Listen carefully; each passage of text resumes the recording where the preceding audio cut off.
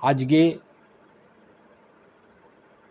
যার গল্প পাঠ করব তার নাম প্রগতি মাইতি।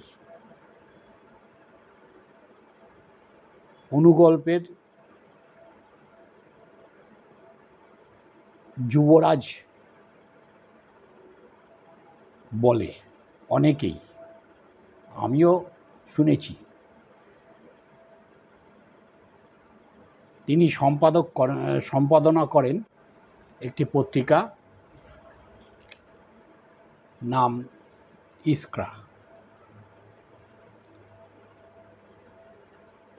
ওনার অনেক অনুগল্প আমি পাঠ করেছি এবং মুগ্ধ হয়েছি। যাই হোক, ওনার একটি গল্প আমি পাঠ করে শোনাচ্ছি, আপনাদের অবশ্যই ভালো লাগবে। গল্পের নাম মায়ের চোখ।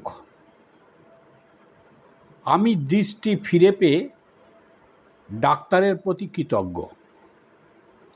আমার এই কৃতজ্ঞতা কিভাবে ডাক্তারকে জানাবো ভেবে পাচ্ছিলাম না। শেষতম চেক আপের সময় ডাক্তারকে বললাম, প্রতিদিন শয়ে শয়ে চোখ দেখেন, আপনার একঘেয়ে লাগে না? আমার এই প্রশ্নে ডাক্তারের মুখ থেকে কোনো কথা বেরোলো না। আমি আবার বললাম, আচ্ছা ডাক্তারবাবু, কখনো কোনো বিশেষ চোখ দেখেছেন? এবার ডাক্তার থামলেন, নিজের চশমা খুলে রেখে বললেন, অদ্ভুত প্রশ্ন করলেন তো। জানেন, বছর আগে ৭৬ বছরের এক বৃদ্ধার চোখ দেখেছিলাম। ওনাকে এই যন্ত্রের সামনে থুতনি রাখতে বললাম। হঠাৎ উনি বলে উঠলেন, 2:45 বাজে। সেই কখন থেকে রোগী দেখছো, খাওয়া দাওয়া করবে না? জানেন, সেদিন ওই চোখে আমি আমার মায়ের চোখ দেখেছিলাম। মুহূর্তে আমার চোখ ছলছল করে উঠেছিল।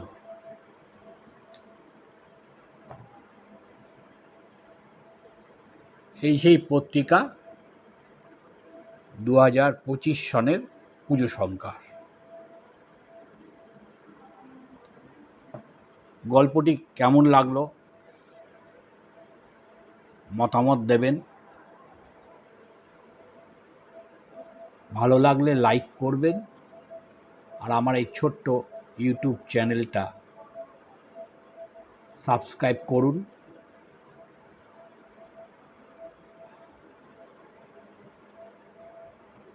এইটুকু অনুরোধ আমার। নমস্কার, সবাই ভালো থাকবেন।